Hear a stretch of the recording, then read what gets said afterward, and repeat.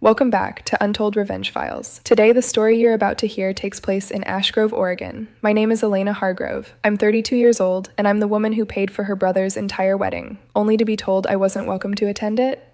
Let me take you back to the beginning so you understand how I got here, how a woman with a good career, a generous heart, and an unwavering love for her family ended up standing alone in a parking lot on a Friday evening, mascara running down her cheeks, uninvited from a celebration she had personally funded down to the last centerpiece.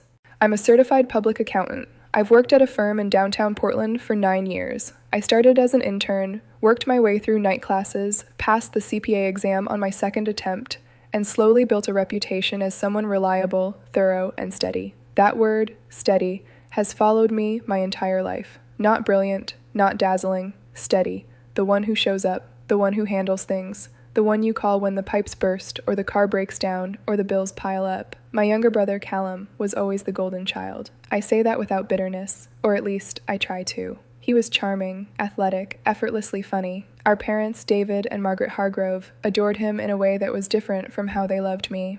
They loved me like you love a sturdy coat. They loved Callum like you love a sunset. I was necessary. He was beautiful. When Callum got engaged to his girlfriend Vivian Ashford, the family was ecstatic. Vivian was striking, tall, confident, with a laugh that filled rooms and opinions that filled conversations. She came from a family with champagne taste and a lemonade budget, and from the very first dinner, I could feel her measuring me. My plain blouse, my sensible shoes, my quiet way of listening more than speaking. When the topic of the wedding came up, reality hit quickly. Callum worked as a personal trainer. Vivian was between freelance gigs. Our parents were retired, living on a fixed income. A wedding the size Vivian envisioned, 200 guests, a historic garden venue, live string quartet, imported floral arrangements, was financially impossible, unless someone stepped in, and everyone looked at me. I remember the exact moment. We were sitting at my parents' kitchen table, and my mother said, "Elena, you've always been so responsible with money. You've done so well for yourself." She paused. "Would you consider helping with the wedding? Just a little." A little turned into everything. Over 6 months, I signed contracts with the venue, the caterer, the florist, the photographer, the DJ, the lighting company, the cake designer, and even the wedding insurance policy. Every single contract was in my name because Callum's credit wasn't strong enough, and Vivian didn't want the stress of paperwork. I spent over $47,000 of my savings. I told myself it was an investment in family, in love, in belonging. Because deep down, buried beneath all that steadiness, was a desperate hope. Maybe if I did this, if I gave enough, sacrificed enough, they would finally see me. Not as the reliable older sister, not as the financial safety net, but as someone worth celebrating too. Before I tell you exactly what Vivian did next, tell me, what time is it where you are right now, and where are you watching from? I'm really curious to see how far this story will travel. The rehearsal dinner was on a Friday night, 3 weeks before the wedding. It was held at the venue itself, a gorgeous restored greenhouse in the hills outside Ash Grove. I had booked it. I had negotiated the rental fee down by 12%. I had arranged for the tasting menu personally. I arrived early, carrying a garment bag, with the bridesmaid dress I'd purchased at Vivian's insistence. A dusty rose gown that cost $400 and looked, frankly, terrible on me. But I bought it without complaint, because that's what steady people do. The bridesmaids were already clustered near the entrance when I walked in, 5 of Vivian's friends, all tall, all polished, all looking at me with expressions I couldn't quite read. Vivian stood in the center, holding a glass of white wine, her smile sharp as a paper cut. "Elena," she said, and the way she said my name made my stomach drop. "Can I talk to you for a second? Privately?" We stepped into a side room. Through the glass walls, I could see the garden where my brother would stand and say his vows. Flowers I had paid for would arch over his head. Vivian didn't waste time. "I've been thinking about this for a while, and I need to be honest with you. You don't fit the look of the wedding party. I've tried to make it work, but the aesthetic is important to me, and I think it would be better, for everyone, if you didn't attend." The words didn't register at first. They floated in the air between us like something spoken in a foreign language. I blinked. "I'm sorry. What?" "I'm asking you not to come to the wedding, Elena." Her voice was calm, rehearsed. "It's nothing personal. I just want my day to be perfect." My chest tightened so hard I thought I was having a cardiac event. My hands went cold. I could feel my heartbeat in my throat, in my temples, behind my eyes. "Vivian, I'm the bride's sister-in-law I paid for." "And we appreciate that," she interrupted, tilting her head like she was explaining something to a child. We really do. But the ceremony is about Callum and me, and I need to feel comfortable. I hope you understand. I didn't understand. I went to find Callum. He was outside near the parking lot, laughing with his groomsmen. When I pulled him aside and told him what Vivian had said, his face went through a series of expressions: surprise, discomfort, guilt, before settling on something that broke me entirely: resignation. Elena, please, he said quietly. Don't make things harder. She's already stressed about the wedding. Can you just not make this into a big thing? I stood there, looking at my little brother, the boy I had helped raise, whose homework I had checked, whose first apartment deposit I had covered, and I realized something that cracked open my chest like an earthquake. They wanted my money. They never wanted me. I had no idea that the next 48 hours would finally break me and change everything. I drove home that night in silence, no music, no podcast, just the sound of my own breathing and the hum of tires on wet pavement. My hands were still trembling when I pulled into my apartment parking garage. I sat in the car for 23 minutes. I know because I watched the dashboard clock, unable to move, unable to think clearly, unable to do anything except feel the enormous weight of what had just happened pressing down on my ribs. When I finally got inside, I didn't cry. Not yet. I stood in my kitchen and poured a glass of water and drank it slowly, staring at the stack of wedding folders on my counter. 6 months of planning, vendor contracts, payment confirmations, insurance documents, receipts, color-coded spreadsheets, all organized with the same meticulous care I brought to everything in my life. I picked up the top folder and opened it. The venue contract, my name, my signature, my credit card. I opened the next one, the catering agreement, my name, my signature, my credit card, the florist, the photographer, the string quartet, the lighting design company, the cake, the rentals for tables and chairs and linens, every single one, my name, my signature, my money. Not once had Callum or Vivian offered to co-sign. Not once had they asked to be added to a contract. Not once had anyone in my family said, "Elena, this is too much. Let us help." My phone buzzed. A text from my mother. Vivian told me about the conversation. I think she could have handled it better, but maybe it's best if you sit this one out, sweetheart. You know how brides get. Let's not ruin Callum's big day. Let's not ruin Callum's big day. Not, are you okay? Not, that was wrong. Not, I'll talk to them. Let's not ruin Callum's big day. I set the phone down and finally cried. Not the gentle, cinematic kind, the ugly kind. The kind where you can't breathe and your face contorts and sounds come out of you that don't seem human. I cried for the $47,000 I had spent trying to buy a seat at a table where I was never truly welcome. I cried for every school play my parents forgot to attend because Callum had a game. I cried for every birthday where I organized the party and no one organized one for me. I cried for 32 years of being the coat rack. Always there, always holding everyone's weight, never noticed until someone needed to hang something heavy. The next morning, I woke up with swollen eyes and a strange, unfamiliar feeling in my stomach. It took me a moment to identify it. Clarity. I called my colleague and closest friend, Jasper Whitfield. Jasper was a contract attorney who shared office space with my accounting firm. We'd been friends for 5 years, the kind of friend who brings you soup when you're sick and tells you the truth when you don't want to hear it. "Tell me everything," he said. So I did. Every detail, the rehearsal, Vivian's words, Callum's cowardice, my mother's text. When I finished, the line was quiet for a long moment. "Elena," Jasper said carefully, "whose name is on every vendor contract?" "Mine." "Whose credit card was used for every deposit and payment?" "Mine." "Did Callum or Vivian sign anything? Any addendum? Any transfer of responsibility?" "No, nothing." Another pause. "Then legally, you are the client, not them. Every vendor relationship is between you and the service provider. You have full authority to modify, cancel, or transfer every single contract." I felt something shift inside me. Not anger, not yet.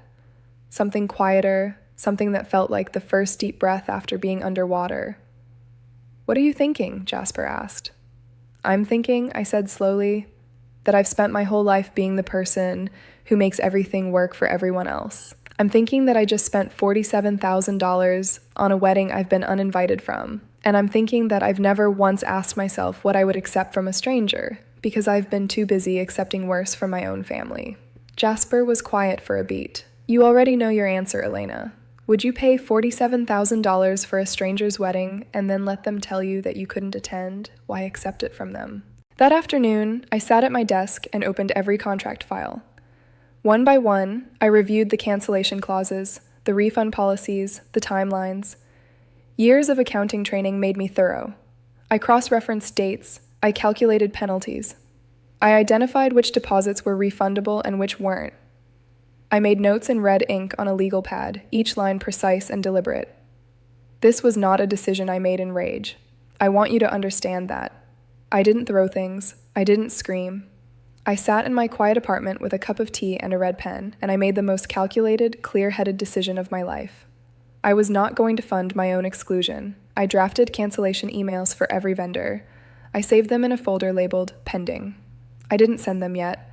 I gave myself 48 hours. If anyone, Callum, Vivian, my parents, called to apologize, to make it right, to even acknowledge that what happened was wrong, I would reconsider. My phone stayed silent for 2 days. On Sunday night, I opened the folder and hovered my cursor over the Send All button. My finger trembled. A voice in my head, my mother's voice, as always, whispered, "Don't make a scene. Don't be difficult. Don't ruin things." But another voice, newer and stronger, whispered back, "You are not ruining anything. You are refusing to be ruined." I clicked send. The next morning, I woke up with a hollow feeling in my chest, but beneath it, something solid. Something that felt like ground beneath my feet. For the first time in 32 years, I had chosen myself. I was done being the invisible architect of other people's happiness. It was time to build something of my own. The wedding was scheduled for a Saturday. I sent the cancellation emails on a Sunday night. By Tuesday morning, my phone had 17 missed calls. The first domino fell when the venue coordinator called Vivian to confirm the cancellation. Then the caterer, then the florist. One by one, every vendor she had hand-selected for her dream wedding politely informed her that the client of record, Elena Hargrove, had terminated the agreements. Refund processes were underway, routed directly to my bank account and credit card. Vivian called me at 6:47 a.m. I let it go to voicemail. Her message was a masterpiece of controlled fury. Clipped words, measured breathing, a voice tight enough to shatter glass. "Elena, I don't know what kind of game you think you're playing, but you need to fix this immediately. You are embarrassing yourself." Callum called next. His message was quieter, wounded. "Elena, what did you do? Everything is falling apart. Please call me back, please." Then my mother. "Elena Marie Hargrove, you call me back this instant. Do you have any idea what you've done? Your brother is devastated. Your brother is devastated. Not, your brother treated you terribly. Not, we failed you. Your brother is devastated, as if his pain was the only pain in the room that mattered." I didn't respond to any of them, not that day. On Wednesday, my parents drove to my apartment unannounced. I opened the door because part of me, the old part, the coat rack part, still couldn't leave them standing in the hallway. My mother's face was flushed. My father looked exhausted and uncomfortable, the way he always looked during family conflict, as if emotions were a foreign country he'd accidentally wandered into. "You need to explain yourself," my mother said, stepping inside without being invited. So I did, calmly, clearly, without raising my voice. "I paid for the entire wedding. Every contract is in my name. Vivian told me I wasn't welcome at the ceremony. Callum asked me not to make things harder. You told me to sit it out. So I sat it out. Of everything." My mother opened her mouth, closed it, opened it again. She didn't mean Vivian was just stressed. Brides say things they don't mean. "She meant every word, Mom. And so did Callum when he chose not to defend me. And so did you when you told me to let it go." My father cleared his throat. "Elena, the money is mine," I said. "It was always mine. I earned it. I saved it. I spent it because I wanted to be part of this family in a way that mattered. But I've learned that the only way I matter to you is financially, and I'm done being an ATM with a heartbeat." Have you ever said something out loud that you've been holding inside for years? Something so true it vibrates in the air? That's what it felt like. The room changed temperature. My mother sat down heavily on my couch and said nothing. My father stared at the floor. For the first time in my life, the silence in my family wasn't about ignoring me. It was about hearing me. They left without resolving anything. I closed the door and leaned against it and breathed. Weeks passed. Through Jasper, I learned that Callum and Vivian scrambled to salvage the wedding. They couldn't rebook the venue. It was reserved for months out. The caterer they'd loved couldn't accommodate them on short notice. The dream wedding Vivian had architected, the one she needed to be perfect, was gone. They eventually rescheduled a smaller ceremony 3 months later at a community center, funded by a combination of their savings and a loan from Vivian's parents. I heard through a cousin, Margot, that Vivian was furious. Not apologetic, furious. She told anyone who would listen that I had sabotaged her wedding out of jealousy. Some people believed her. Some people, more than I expected, did not. Several family members reached out to me quietly. Aunt Ruth, my cousin Derek, even my father, in his awkward, halting way, sent me a text that said, "I think we haven't been fair to you. I'm sorry. It wasn't much. It was everything." During those 3 months, I focused on myself in ways I never had before. I started therapy with a counselor named Dr. Adora Obi, who helped me understand the role I had been assigned in my family: the parentified child, the emotional load bearer, the one whose competence was mistaken for invulnerability. "People assume you don't need care because you're so good at giving it," she told me during our 3rd session. But that assumption is a form of neglect. I recovered most of my money. The refund process was tedious but straightforward. Contracts I had signed, cancellation policies I had read, timelines I had followed. Jasper helped me navigate the few disputes that arose. In the end, I recovered roughly $41,000 of the $47,000 I had spent. The rest was lost to non-refundable deposits. I considered it tuition for the most important lesson of my life. I booked a solo trip to Florence, Italy. 2 weeks of wandering through galleries, eating pasta at sidewalk cafes, sketching in notebooks I bought from street vendors. I stood in front of Botticelli's Primavera and cried, not from sadness, but from the overwhelming realization that beauty exists for its own sake, that you don't have to earn the right to experience it.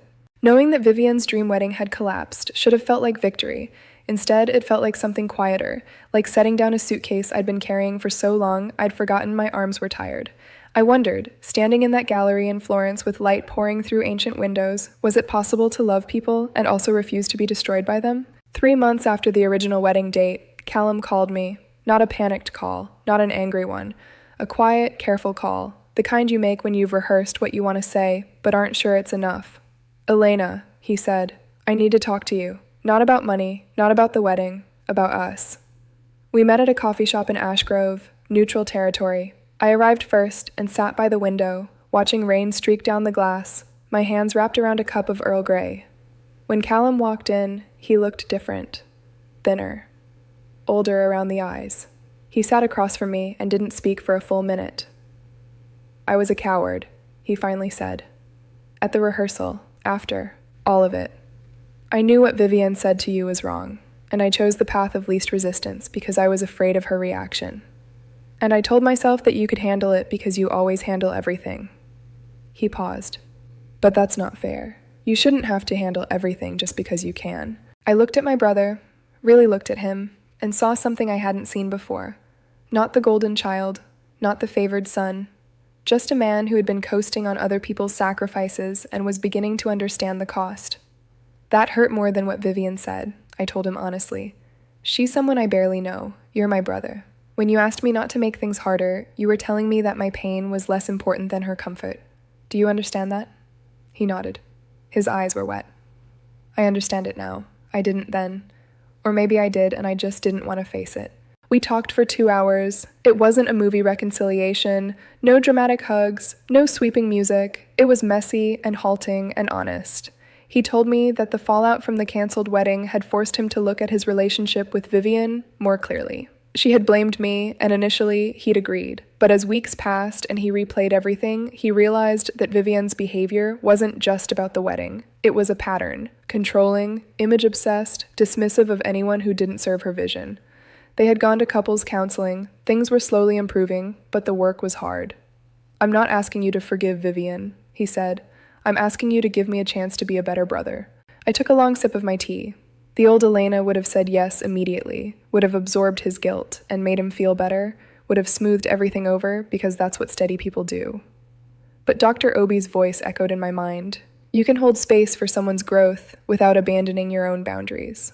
"I want that, Callum," I said. "But I need you to understand something. I'm not going back to who I was. I'm not the family emergency fund. I'm not the person who sacrifices and smiles and pretends it doesn't cost me anything. If we rebuild this, it has to be as equals, not as the golden child and the safety net." He winced at golden child, but he didn't argue. I know that now. 2 weeks later, I received a handwritten invitation in the mail. Callum and Vivian's rescheduled ceremony, a small gathering at a community center, 40 guests, potluck reception. At the bottom, in Callum's handwriting, was a note.